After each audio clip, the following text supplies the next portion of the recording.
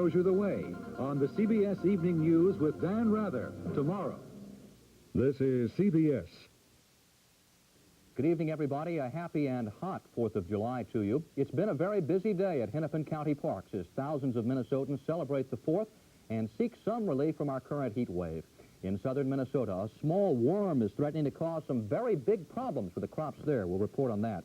A Brooklyn Park man is in custody tonight after holding police at bay for 4 hours earlier today. And Jimmy Connors captured the men's Wimbledon title today, beating out John McEnroe for that victory. That story and more coming up next on the 5:30 p.m. report.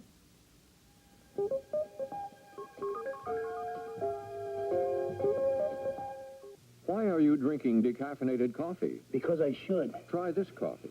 Oh? It's new.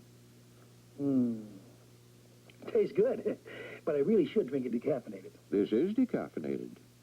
This is decaffeinated? New decaffeinated Hills Brothers. Are you putting me on? I mean, are you really... If you're still drinking decaffeinated coffee because you should, here's one you'll drink because it tastes good. New decaffeinated Hills Brothers coffee.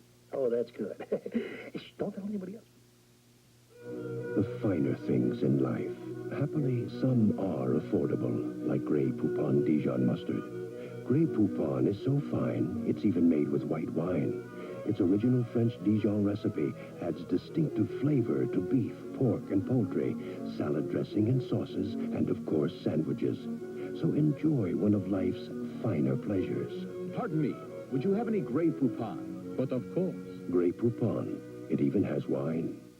We are attempting to determine the effects of various interferons in the treatment of cancer. What has this drug done for her? She's in her 4th stage of cancer.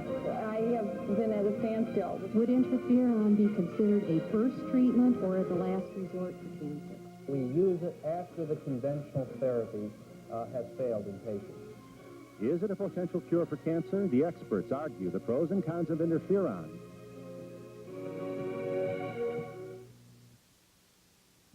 WCCO Television, Minneapolis, St. Paul.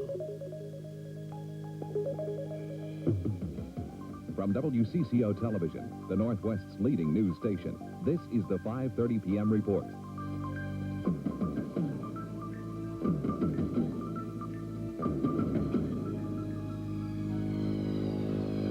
Good evening, everybody, and welcome to the 5:30 p.m. report on this 4th of July, 1982.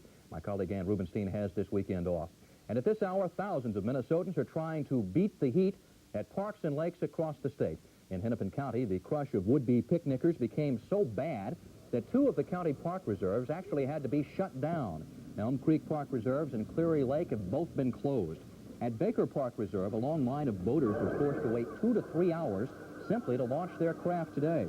And the park's 800 parking spaces were filled up a long time ago. Some families had to wait 1 hour for a table or a grill to become available. We'll have more on the way some Minnesotans observed this 4th of July a bit later in the newscast. Some fields in southeastern Minnesota are also filled with invaders this weekend. Evidence of their visit can be seen in the ravaged crops they leave behind.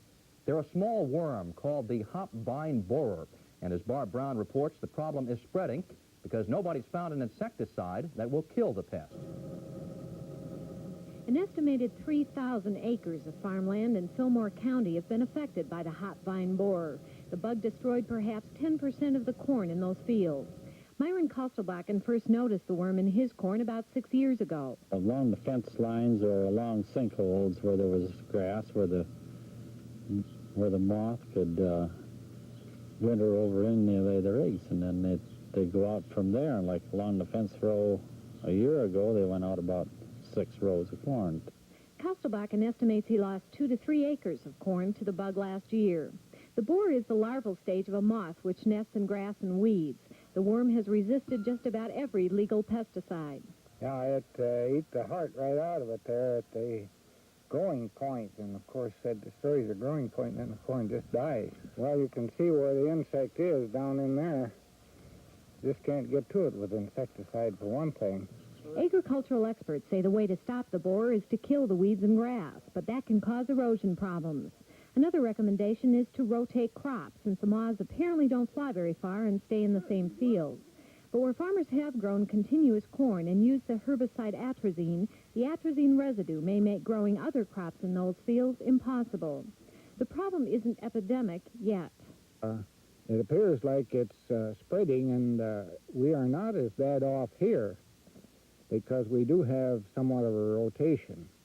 But if it gets into the western part of the state, where they grow nothing but corn, why, then it could be a real economic problem.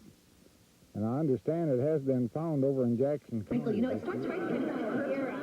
I don't think Steve...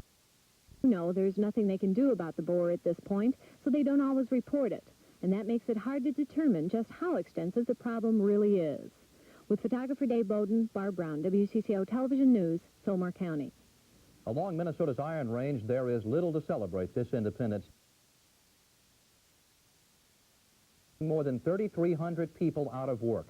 They join the already crowded ranks of unemployed in that region, people without jobs because of the continuing slump in demand for taconite. But today there was a bit of...